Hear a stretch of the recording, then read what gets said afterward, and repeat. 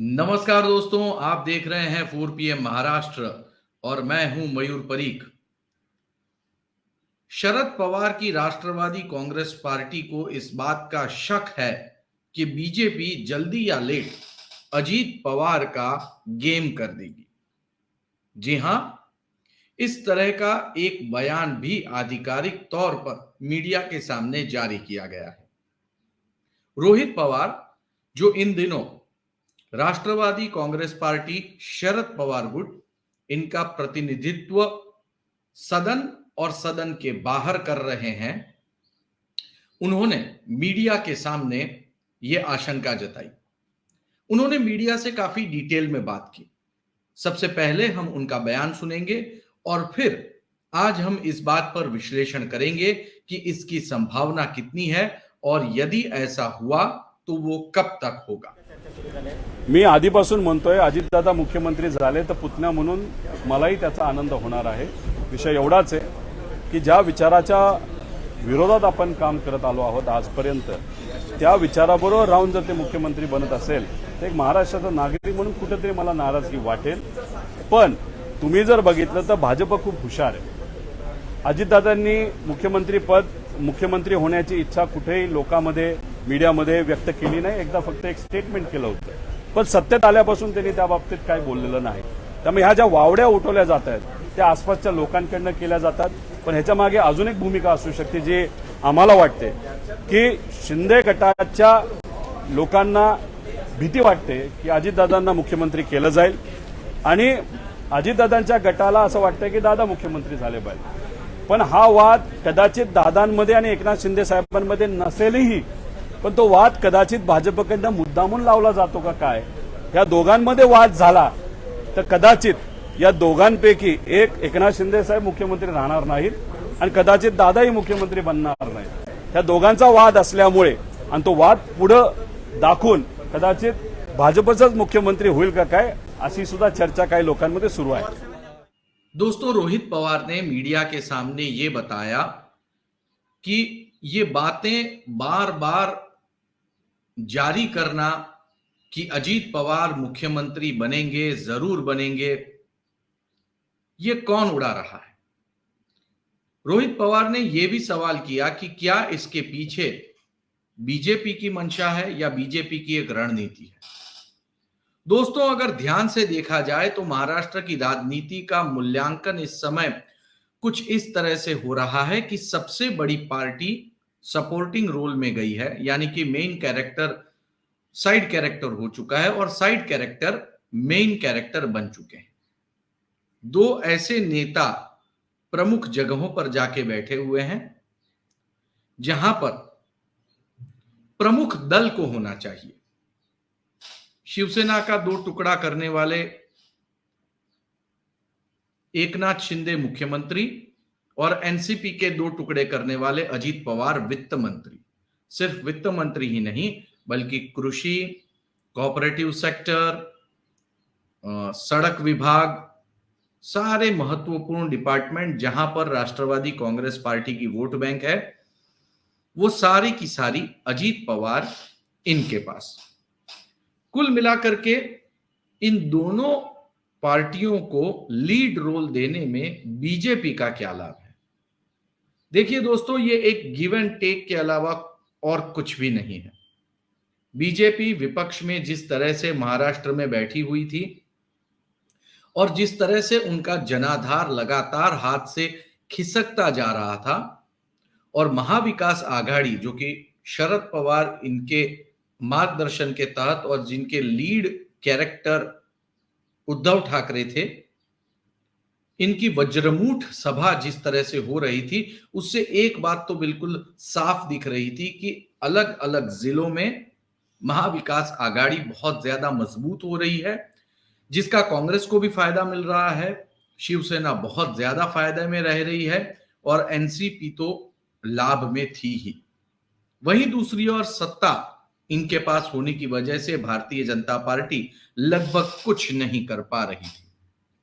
अब जब ये परिस्थिति से बाहर निकलने के लिए जब ऑपरेशन लोटस महाराष्ट्र में चला, या फिर ये कह दो कि शिवसेना के 2 टुकड़े हुए और एनसीपी के 2 टुकड़े हुए, तो उन दोनों टुकड़ों को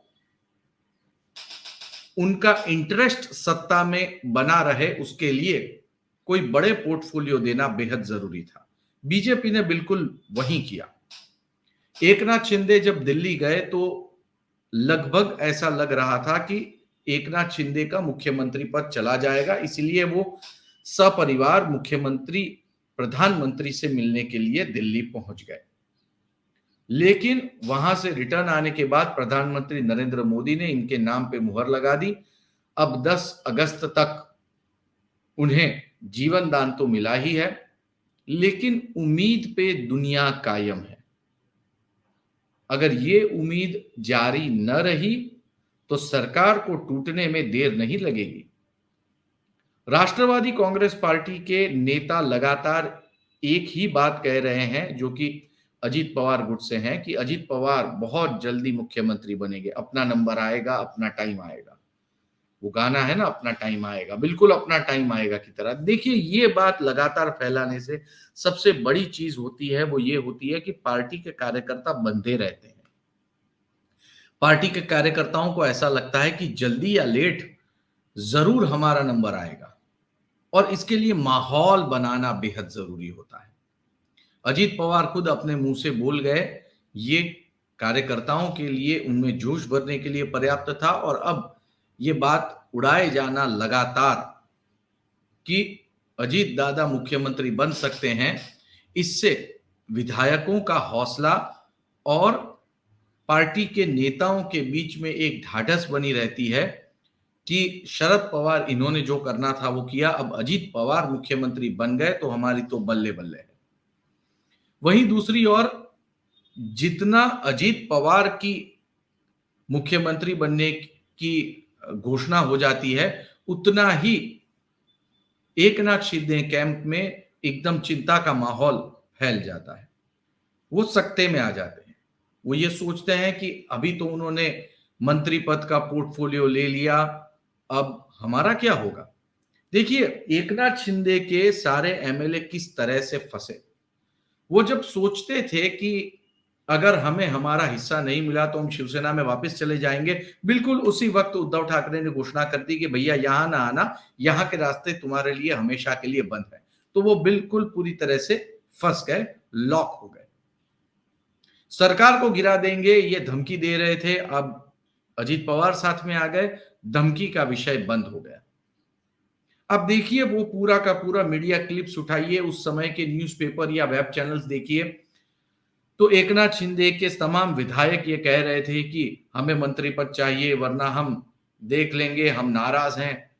जब से अजीत पवार आए हैं बिल्कुल सन्नाटा मचा हुआ है। एक भी विधायक के मुंह से एक चूं तक नहीं निकल रही, बिल्कुल मुंह बंद है। अब सब कोई समझ चुके हैं कि वन वे में एंट्री हो चुकी है, पीछे का रास्ता बंद है। अब उन्हें उसी दिशा में आगे बढ़ना है जहां पे उन्होंने एंट्री कर ली है, गुवाहाटी के रास्ते। तो एकनाथ शिंदे जो हैं वो भी इस घोषणा से बीजेपी के कुछ ना कुछ कहे में रहते होंगे, ऐसा मैं मानता हूं कि कहीं ऐसा ना हो कि अजीत दादा पवार जो है वो मुख्यमंत्री बन जाए। वहीं दूसरी ओर अजीत दादा पवार मुख्यमंत्री बन सकते हैं, इस बात की मीडिया में लगातार सुगबुगाहट चलती रहती है। एनसीपी के कुछ नेता लगातार बोलते रहते हैं, इससे एनसीपी के नेताओं में ढाढ़स बनी रहती है कि भाई कभी ना कभी हमारा नंबर लगा रहेगा, यहां पे बने रहो, यहां पे जमे रहो। तो अजीत दादा मुख्यमंत्री कब बनेंगे, इस बात का अगर सबसे बड़ा फायदा होता है तो वो होता है बीजेपी को, क्योंकि उनके पास गृह विभाग है, वो सत्ता में बने रहते हैं और वो किसी न किसी तरह से इन दोनों पार्टियों को अपने साथ बांधे रखने में सफल रहते हैं। जाहिर सी बात है, जिनके 105 विधायक हों और अगर वो सत्ता में न रहे, विपक्ष में रहे, और वो भी ऐसी पार्टी जिस पार्टी के 40 से ज्यादा ऐसे विधायक हों जो कांग्रेस और एनसीपी से आयाती हों, तो इस पार्टी को बिखरने में वक्त ही कितना लग सकता है। अगर विपक्ष में बने रहते तो जल्दी या लेट पार्टी टूटने का खतरा था, और अगर पार्टी टूटती और महाविकास आघाड़ी जारी रहती और फिर चुनाव होते तो बीजेपी वहीं पर आके खड़ी हो जाती जहां एक जमाने में प्रमोद महाजन और गोपीनाथ मुंडे के वक्त में जब पार्टी हुआ करती थी वहीं 35 से लेकर 45-50 विधायक यहाँ, मतलब कि जहां पर आज की तारीख में शिवसेना और एनसीपी है, और यहां से सैकड़ा पार करना, 100 के ऊपर जाना, ये अपने आप में बहुत ही डिफिकल्ट है। तो इस अफवाह को उड़ाने से या इसकी चर्चा बने रहने से अगर किसी को सबसे ज्यादा लाभ है तो वो है भारतीय जनता पार्टी को। जिस दिन भारतीय जनता पार्टी 105 से 125, 135 और यदि 145 छूने में सफल रही तो समझ लीजिए इन दोनों का पैकअप होना ये परमानेंट है, या तो बीजेपी में हमेशा के लिए विलय होना ये भी अटल है।